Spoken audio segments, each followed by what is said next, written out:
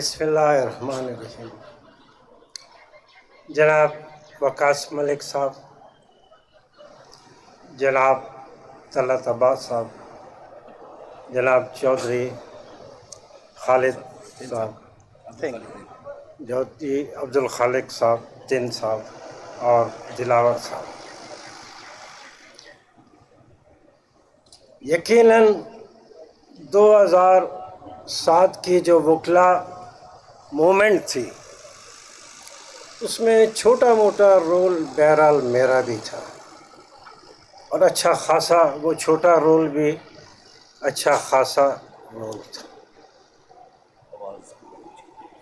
मैं नहीं समझता, ना मैं उस वक्त समझता था, ना आज मुझे कोई ऐसी घुमंड है कि शायद मेरे अंदर कोई ऐसी चीज़ थी, कि शायद मेरे अंदर कोई ऐसी चीज़ थी,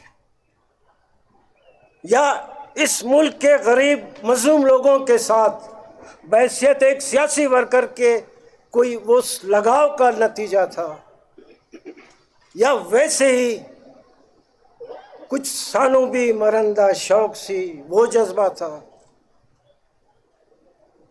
मगर इस पिंडाल में इतने बड़े लोगों के सामने मैं हल्फिया कहता हूँ, उस मोमेंट में मुझे जो ताकत मिली, जो मेरे अंदर एक जज्बा और एक जोश पैदा हुआ,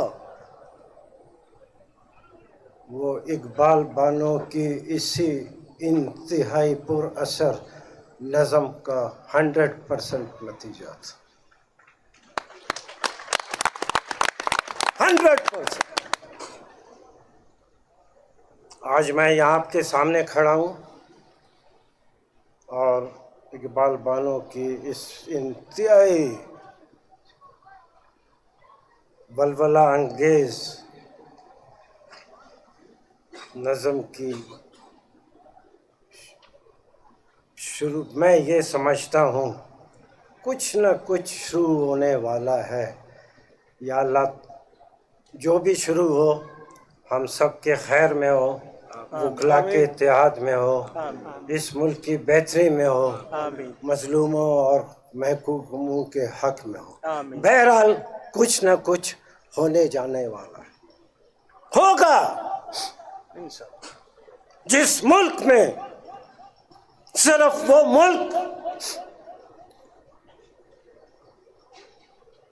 मुल्क जो सिर्फ अब जागीरदारों का है, चौधरियों, खान, सरदार और वडेरों का है, सरमाएदारों का है, और जिस मुल्क में अब गरीबों के लिए, महकूमों के लिए कोई जगह नहीं, कुछ नहीं, तो जरूर कुछ ना कुछ होगा इस मुल्क में, होना चाहिए।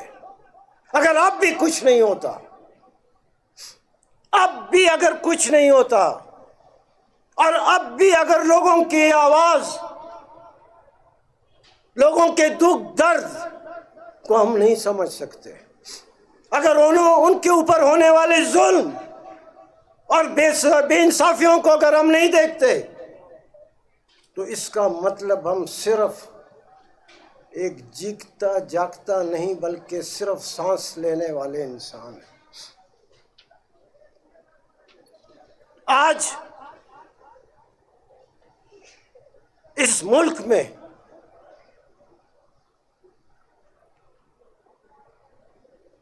नौजवानों के चेहरे पे और उनकी आंखों में कोई चमक होने की बजाय आज उनके चेहरों पे झुर्रियां नजर आ रही हैं। आज ये खूबसूरत मुल्क बिल्कुल बेजान लोगों का मुल्क है, बिल्कुल बेजान लोगों का मुल्क है।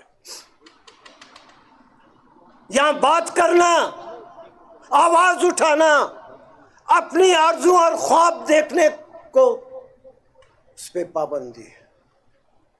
जो आवाज उठाएगा, जो बोलेगा, उसको अपनी उस जगह से उठाकर बाहर निकाल फेंका जाएगा। आप सहाफत में देखें, आप इलेक्ट्रॉनिक मीडिया में देखें, आप वकला में देखें, आप जजेस में देखें, जहां आप नजर उठाएंगे सिर्फ वही आदमी आपको अपनी जगह पे नजर आएगा जो आंखें नीचे करके ऊपर वाले की मंशा के मुताबिक काम कर रहा होगा। वरना इस लिहाज से आज मुझे मेरे दोस्तों ने बुलाया और मैं आपके सामने हाजिर हुआ। मैं सिर्फ ये समझता हूं कि जिंदगी गुजारने के लिए अगर आपके अंदर कोई जोश, कोई जज्बा मौजूद नहीं, तो लोग तो आते हैं और चले जाते हैं, कोई किसी को याद नहीं करता, कोई किसी को पूछता नहीं।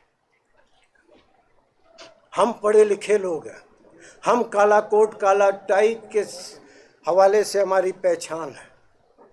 ये काला कोट, ये हमारी पहचान इसलिए है कि हम जुल्म के खिलाफ लड़ते हैं, हम हर बेइंसाफी को चैलेंज करते हैं। हम अदालतों में जो आते हैं, हम लोगों को दाद रसीद दिलाने के लिए आते हैं, उनके बेइंसाफी के खिलाफ लड़ने के लिए आते हैं, उनके ऊपर होने वाली जुल्म को अदालतों को सामने लाते हैं। मगर जब अदालतों में लोगों को इंसाफ नहीं मिलता, आज ये एक अदालत का अहाता है। कोर्ट प्रीमिसेस में मैं खड़ा हूं। इस अदालत में, पाकिस्तान के तमाम बड़े बड़े शहरों की अदालतों में, छोटे तहसील और जिले की अदालतों में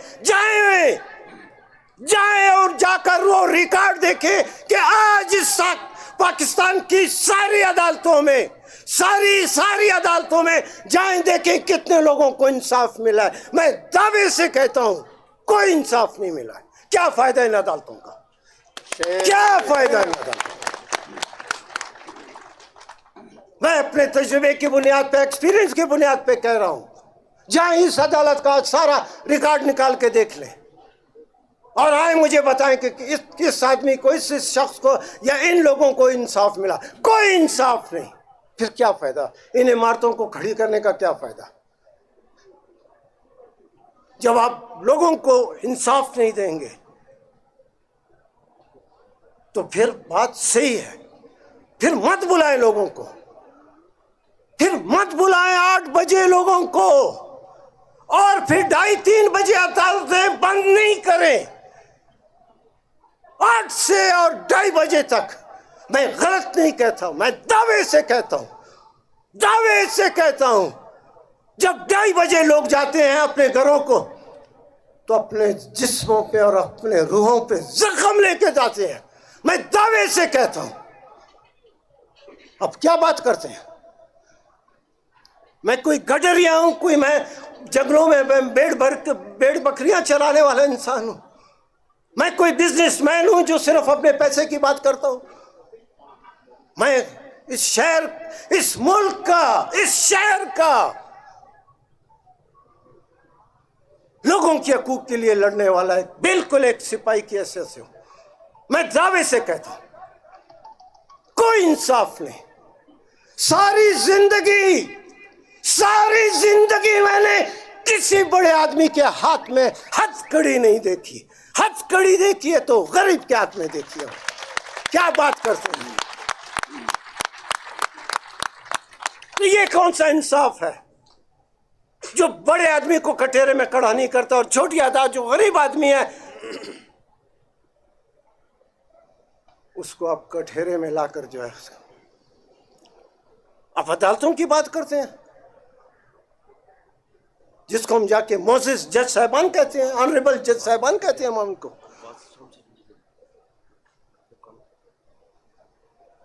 जब वकील जाता है किसी ट्रायल कोर्ट में, जब वकील जाता है किसी ट्रायल कोर्ट में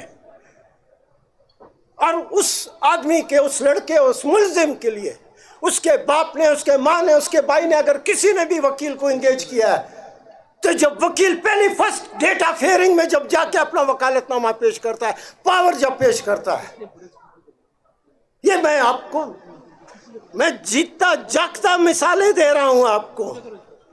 कोई आसमान से आई हुई बातें नहीं, देखी हुई बातें हैं, सुनी हुई बातें हैं और मालूम की हुई बातें हैं।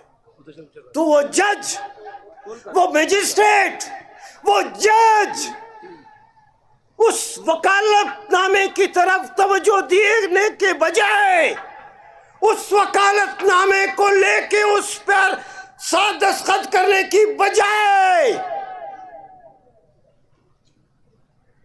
जज सिर्फ उस कठघरे में खड़े उस आदमी को, मुल्जिम को देख रहा होता है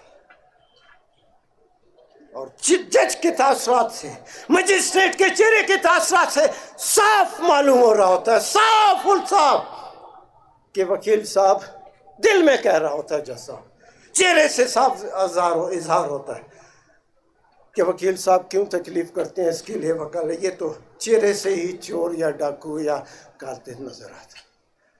ये है हमारी अदालत। अभी तक ट्रायल की शुरुआत नहीं हुई है और वो जज, आपका ऑनरेबल जज जो है, पहले से जहन बनाकर बैठा है कि इसका ये तो चेहरे से चोर डाकू और पता नहीं क्या क्या लगता है। वह अगर तुम इतना ही पैगंबर हो, अगर तुम पर इतना ही इल्हाम आता है, तो फिर जज की कुर्सी पर क्यों बैठे हो? जाओ पैगंबरी का दावा करो।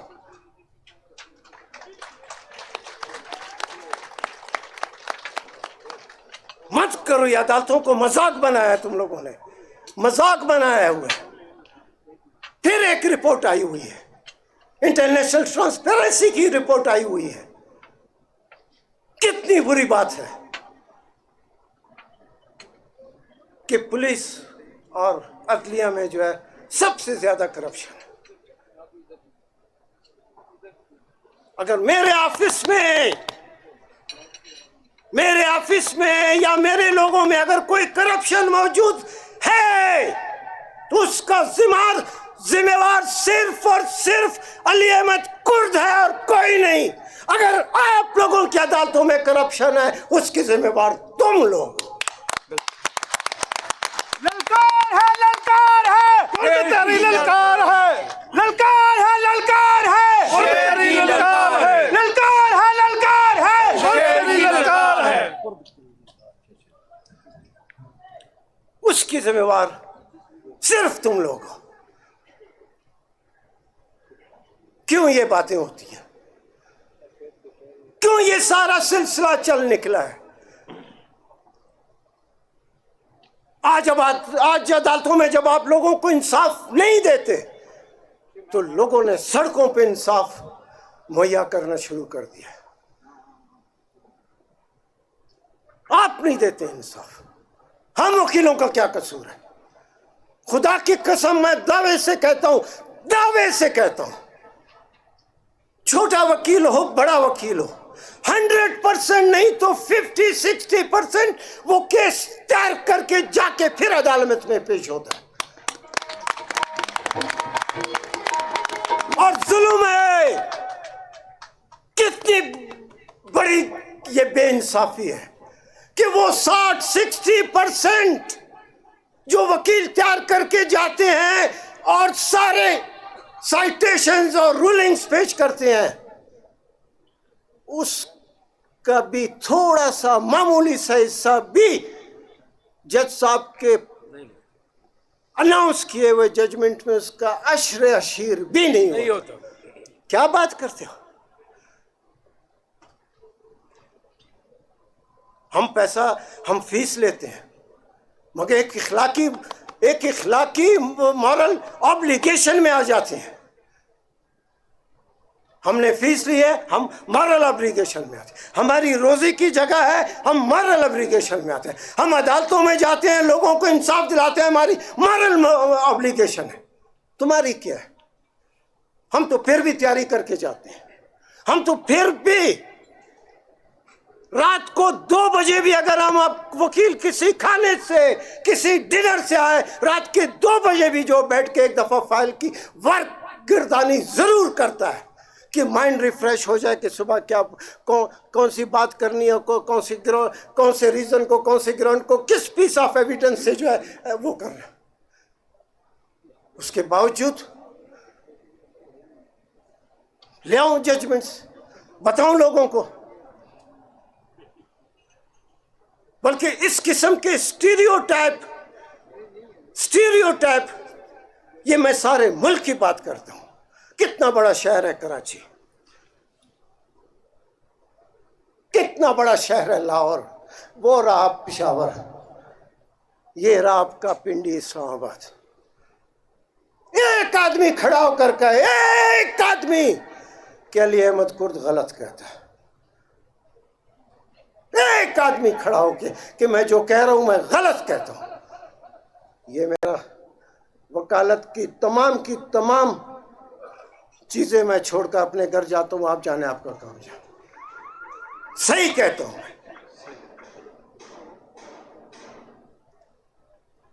ये जो सर्वे रिपोर्ट शाया होते, सर्वे रिपोर्ट जो बनाई जाती है, कोई घर में बैठ के नहीं बनाते, ये सारे मुल्क को देख के बताते हैं।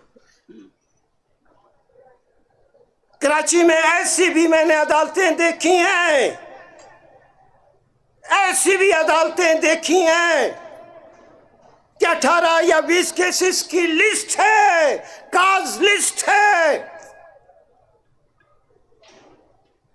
15 केसेस में राइट हैंड पे भी यही वकील है और लेफ्ट हैंड पे भी दूसरा वकील है। थोड़ी देर के बाद लेफ्ट हैंड वाला राइट हैंड पे और राइट हैंड वाला ये। क्यों? इससे क्या आप नतीजा अखज़ होता है? एक सीधे साधे आदमी को भी अगर दिखाएं वो सोचने पे मजबूर हो जाता है। केसेस कॉल होती हैं, केस मुकदमात की पुकार होती है, ये वकील यहाँ का खड़ा हो जाता है, वकील क्यों? ये है करप्शन, ये है करप्शन।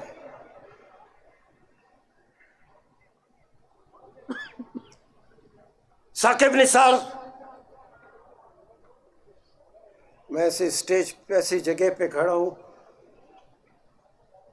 अपनी तरबियत की वजह से साहब कहने पे मजबूर हूं। साकिब निसार साहब कोयटा है।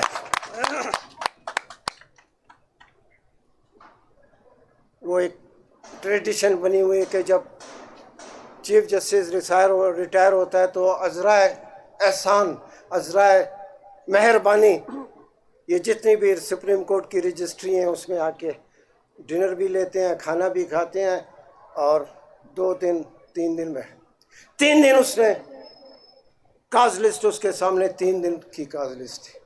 सुप्रीम कोर्ट में काज लिस्ट 15 केसेस पे मुश्तमिल होता है।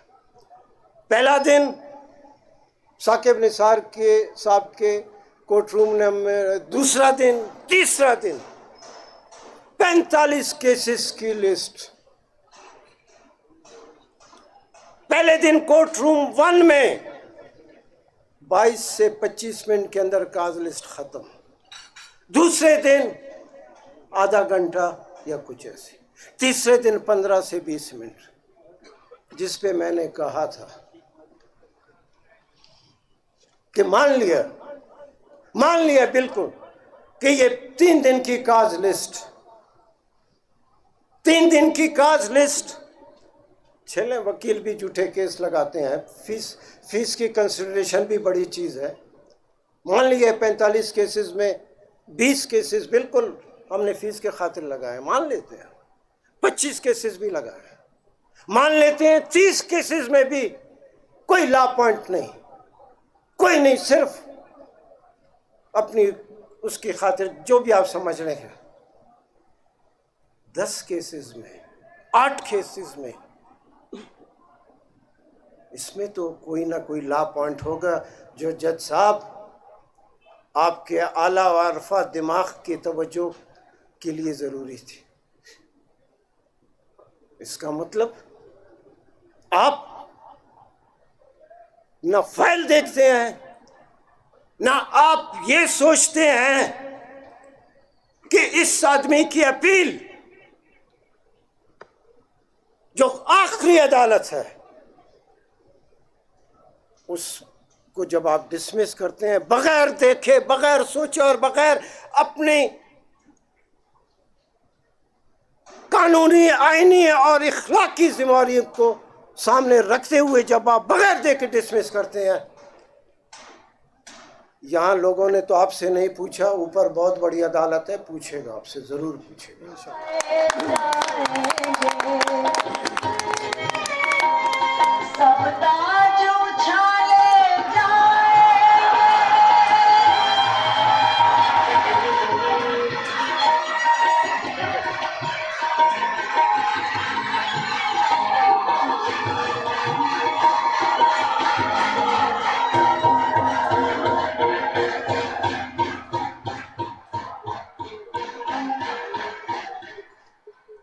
ये मैं यहाँ आज आया हूँ, मैं शौक से नहीं आया हूँ। ये नहीं कि मुझे दुनिया में और कोई काम नहीं, मैं देख रहा हूँ।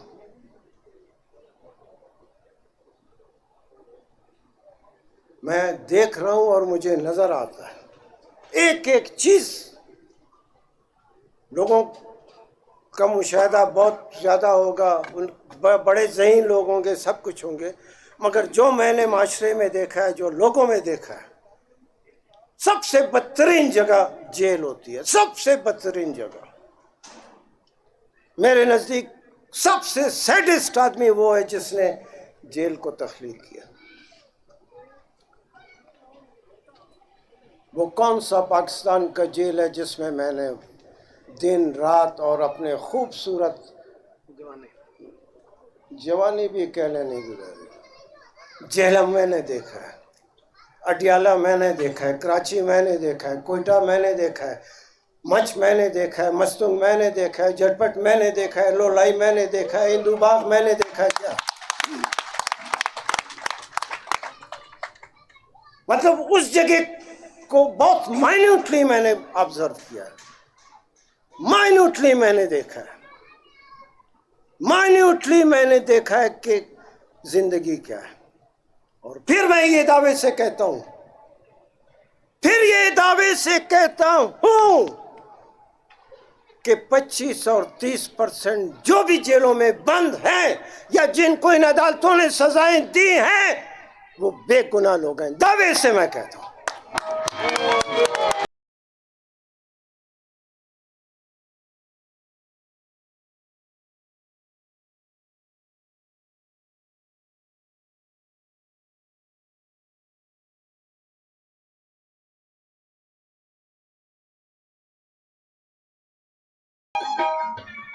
ये जो 25 और 30% जेलों में बंद है, आए, मैं भी ये साथ है अडियाला, अब तो अडियाला नहीं बहरहाल है, मैं ले जाता हूँ, दिखाता हूँ।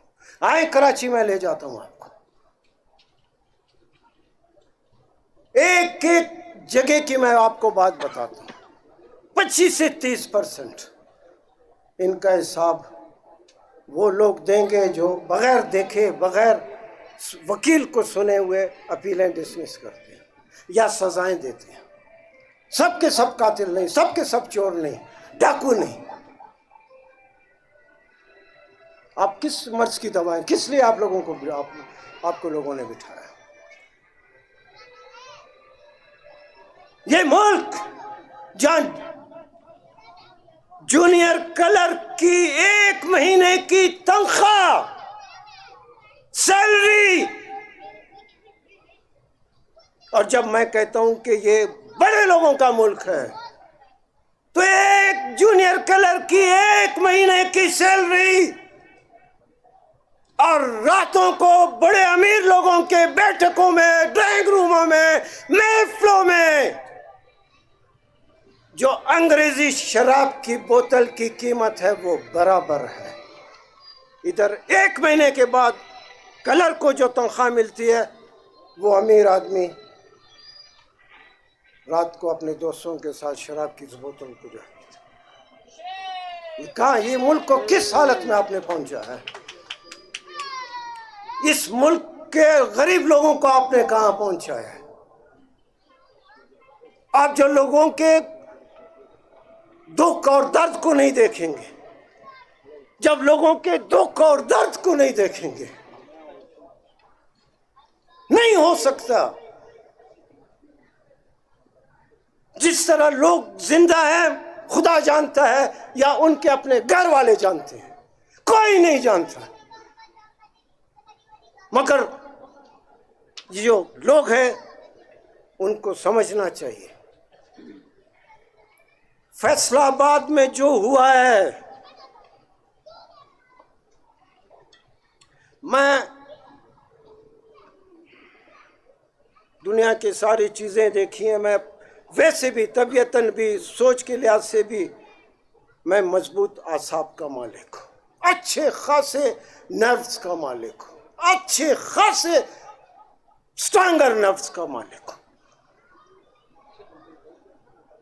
जो फैसलाबाद में जो मुबैना चोर औरतों के साथ हुआ है, चोर औरतों के साथ हुआ है, ये इस्लामी मुल्क है, इस्लामिक रिपब्लिक पाकिस्तान है ये। मैंने अपनी जिंदगी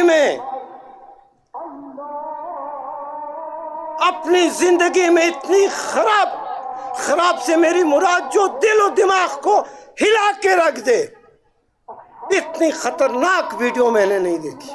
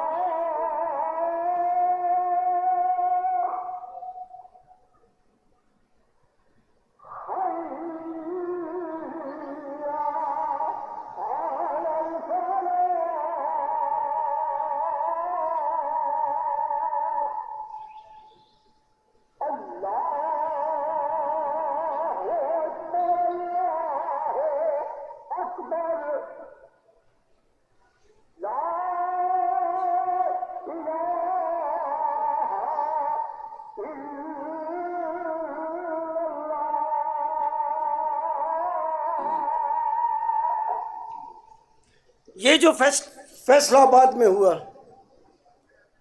जो दिल और दिमाग हिला देने के लिए काफी है। डरे उस वक्त से।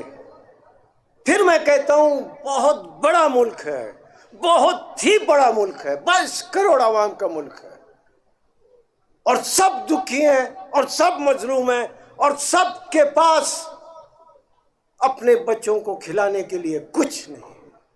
मत करें, मत ख्वाब खरगोश में मत रहें ख्वाब खरगोश में। जिस दिन ये लोग निकले, अल्लाह बना दे मुझ जैसा आदमी, मैं दावे से कहता हूं कि जो भी बुरा वक्त आएगा, मुझ जैसा आदमी जिसने हमेशा दूसरों की बात की है, जिसने हमेशा लोगों की लिए जदोजहद की है। कोई मेरी दामन पे कोई ऐसी बात नहीं जिसमें मैं जिम्मेदार हूं, मगर मैं डरता हूं उस वक्त से कि मेरी भी जान की गुलू खलासी नहीं होगी। जब मुझ जैसा आदमी नहीं है तो बाकियों का तो फिर अल्लाह मत करें, लोगों को इंसाफ दें। जब वकला तहरीक थी, वकलाओं तहरीक में वकलाओं का एक नाम हुआ, एक नई ताकत इस मुल्क में नमूदार हुई, एक नई लोगों की सोच सामने आई,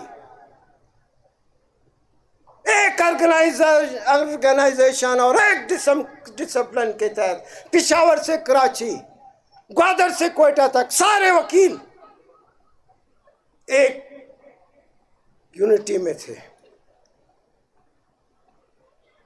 करोड़ों आंखों को मैंने अपनी आंखों से, इन आंखों से मैंने करोड़ों लोगों को उस मूवमेंट में सड़कों पे देखा, और वो हमारे लोग थे, हमारे लोग थे, हमारी सोच के थे, हमारे लिए, हमारे वकला के लिए, हमारी अदालतों के लिए वो सड़कों पे आए थे।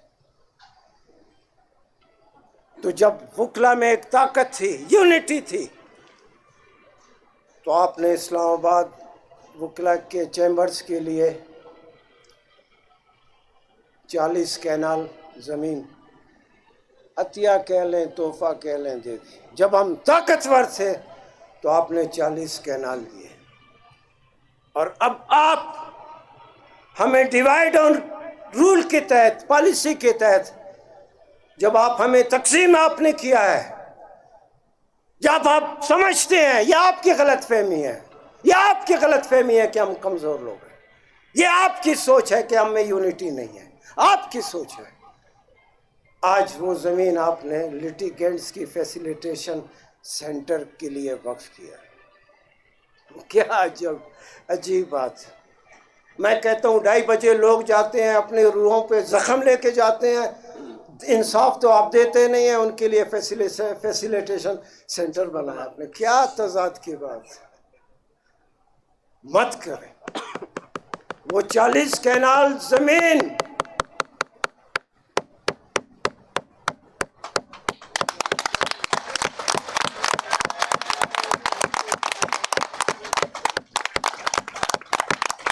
वो 40 कैनाल ज़मीन यहाँ के वकला के चैम्बर्स की ज़मीन है।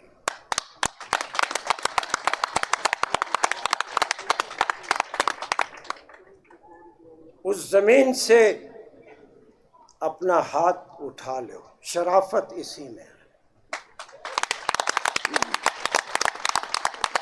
वो वकला की चैम्बर्स की ज़मीन है, इस्लामाबाद के वकला, बल्कि इस्लामाबाद के एक एक एक वकील के चैम्बर की ज़मीन है,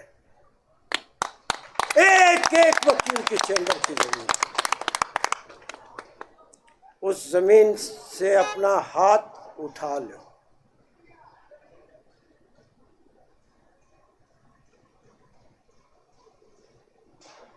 मैं दुनिया में किसी चीज़ से अल्लाह ताला की रहमत रही है, रहमत है, कह लिए मत कुछ, सारी जिंदगी आप देख लें, मैं कसम खा के कहता हूँ, कसम खा के कहता हूँ, पता नहीं कितना गुनाहगार, कितना इबादत गुजार हूँ या नहीं, उसको छोड़ें, कसम खा के कहता हूँ, इस राष्ट्रम पे कसम खा के कहता हूँ, मैं जिंदगी में कभी किसी चीज़ से न डरा हूँ न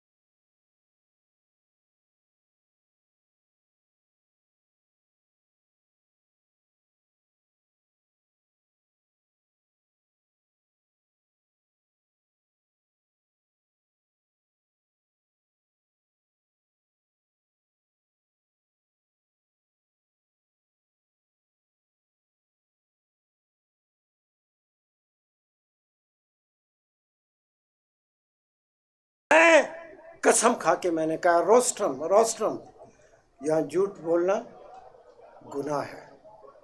कभी जिंदगी में नहीं डरा, कभी। जिंदगी के बहुत बहुत खूबसूरत दिन और रात मैं यहाँ पंजाब वालों को आके कहता हूँ तो पहले तो उनको यकीन नहीं होता, फिर कहते हैं शायद सच कहता हूँ। मैंने अपनी ज़िंदगी के 7 साल 7 years इन जेलों में गुजारे हैं, और उस सारे वक्त को अब भी अगर मैं ज़हन में ले आऊं, एक दिन ऐसा नहीं हुआ, एक लम्हा ऐसा नहीं था जिसमें मैं अपने उसमें कोली में बैठकर मैंने कहा हो कि या खुदा की जगह में फंसाया। मर्दों की तरह रहा और आज मर्दों की तरह चला। ललकार है, ललकार है, ललकार है, ललकार है, शेर की ललकार है।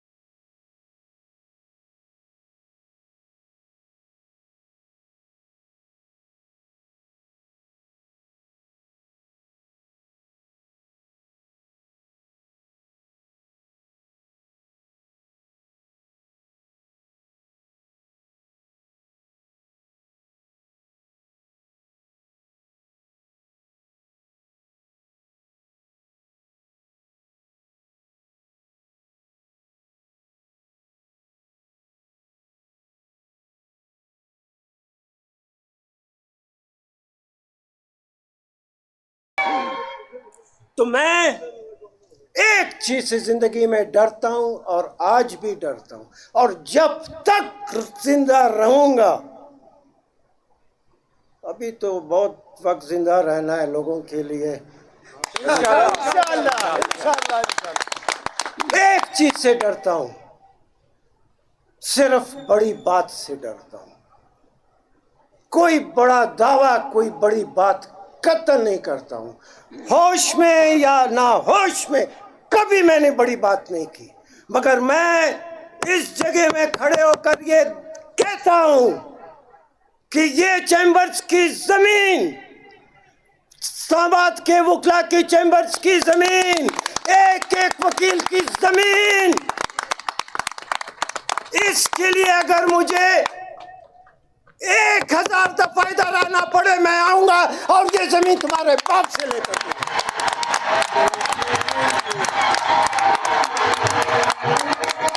तेरे जानिसार बेशुमार, बेशुमार, तेरे जानिसार बेशुमार, बेशुमार, तेरे जानिसार बेशुमार, बेशुमार, तेरे जानिसार बेशुमार, बेशुमार, तेरे जानिसार बेशुमार, बेशुमार, तेरे जानिसार बेशुमार, बेशुमार।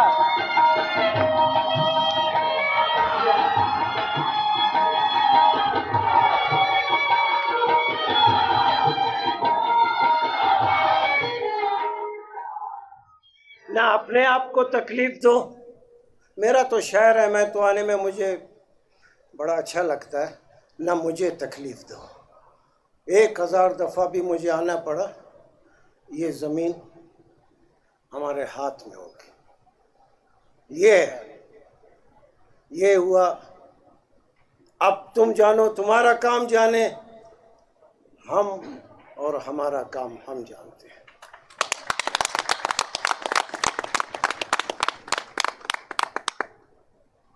मैंने कहा कि हर आदमी अपने मातहत एहलकार समझ लें, साथी समझ लें, उनके तमाम चीज़ों का जिम्मेवार वो होता है। आसमा जहांगीर बहुत दिलेर खातून थी, न डर खाता। उसके साथ मेरा उनका लड़ाई झगड़ा होता था, अच्छा खासा लड़ाई झगड़ा होता था। मैंने पहले भी कहा है, आज मैं उस खातून को याद करते हुए मैं कसम खाता हूं, मैंने उससे भी बहुत जुर्रत और अगर थोड़ी बहुत बहादुरी है वो भी उससे भी मैंने सीखी है। उसी अस्मा जहांगीर की याद में जो बड़ा वकीलों का, एलिट क्लास का, सियासी वर्करों का एक बड़ी खूबसूरत महफिल थी। जो मैं स्पीच करके आया तो मैं नाम नहीं लेता, एक साहब ने कहा कि तुम्हारी तकरीर का सबसे इमीडिएट पहला असर ये होगा कि अली वजीर को जमानत बेल ग्रांट होगी। वाकई 3 दिन के बाद अली वजीर की बेल ग्रांट। वो 3 दिन और आज कितने दिन गुजर गए, अली वजीर अभी तक जो है, क्यों ये मजाक करते हो? जो बेल ग्रांट किया है आपको मालूम होना चाहिए कि क्या वजह। मत करें ये सिलसिला। क्या गद्दारी और गद्दारी का आपने लगाया, ये मैं आपके सामने खड़ा हूं। A124A यही लगा सकते हैं ना आप किसी के ऊपर। गद्दारी का अगर आप इल्जाम लगा सकते हैं, FIR दर्ज कर सकते हैं, तो 124A ही के तहत लगाएंगे। मैं आपके सामने खड़ा हूं, मैं ये भुगत चुका हूं, ये केस भुगत चुका हूं, ये इल्जाम भुगत चुका हूं, 6 महीने 8 महीने तक ये ट्रायल भुगत चुका हूं। क्या आप लोगों को डराते हैं 124A से? क्या है इसमें? जब मुल्क में हाकिमों की रिट नहीं, जब अदालतों की रिट नहीं, जब अदालतें नहीं, हाकिम नहीं, और फैसलाबाद और सियालकोट में जब लोग हर मामला अपने हाथ में ले रहे हैं, आप क्या 124 गद्दारी के इल्जाम से डराते हैं? हाँ, ये मैं आपके सामने खड़ा हूँ। आप 1 लाख दफ़ा कहें कि अली अहमद कुर्द गद्दार है, सारे पाकिस्तान में एक आदमी इसको एक्सेप्ट नहीं करेगा। और तुम्हारे कहने से क्या होता है? मत करो। ये खूबसूरत लोगों का मुल्क है, खूबसूरत लोगों का मुल्क है और बहुत खूबसूरत मुल्क है। इसको बदसूरती में मत तब्दील करो। ग्वादर में 20 दिन से लोग बैठे हुए हैं, 20 दिन से बैठे हुए लोग ग्वादर में। ग्वादर के लोग जिनकी पैरों में चप्पलियां नहीं, ये मैं देखी हुई बात करता हूं, कोई अफसाने की बात नहीं करता हूं।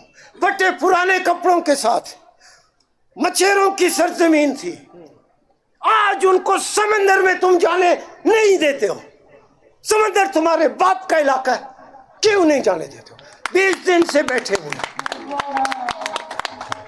20 दिन से वो बैठे हुए। मैं कहता हूं उनके चेहरे आप देखें, गरीब तरीन लोग देखें।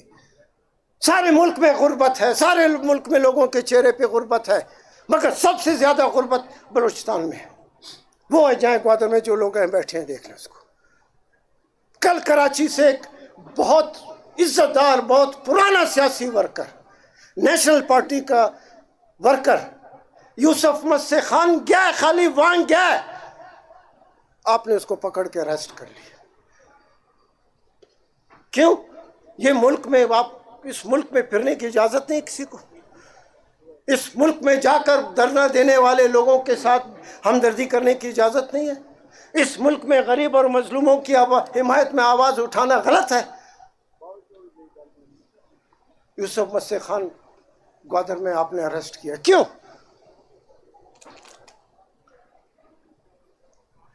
आप जब लोगों को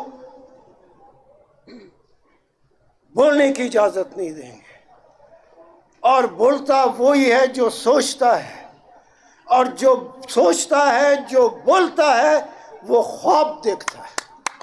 उसके अंदर आरजू पैदा होते हैं, उसके अंदर ख्वाब पैदा होते हैं। उन ख्वाब और आरजुओं की बुनियाद पे एक मुल्क तामीर होता है, एक माशरा तामीर होता है, खूबसूरत से खूबसूरत की तरफ। ये जापान आपके सामने है, ये जर्मनी आपके सामने है। वो जापान, वो जर्मनी जो वाकयतन, हकीकतन, लिटरली, फैक्चुअली खंडर था, बिल्कुल खंडरात।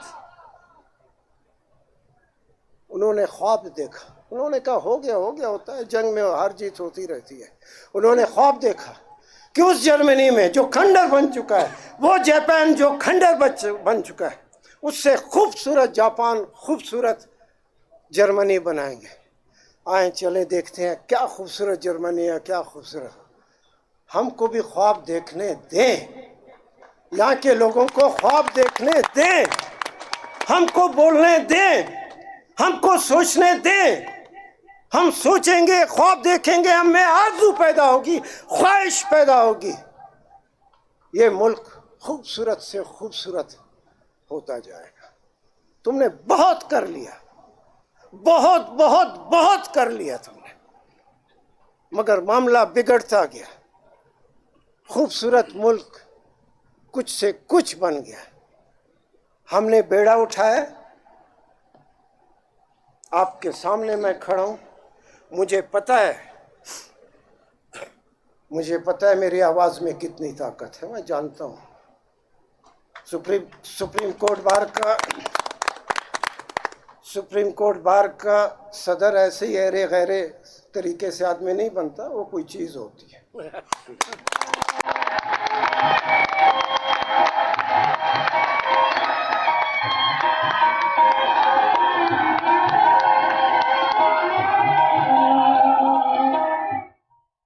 मैं भी एक चीज हूं।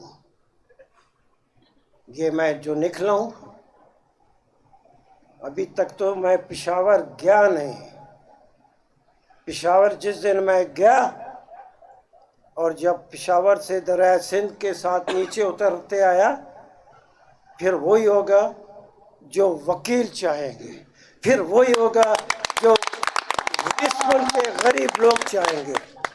न फिर कोई सरदार होगा, न चौधरी खान वडेरे होंगे, न सरमायादार होंगे, और न ही कोई जर्नल हमको रोक सकेगा।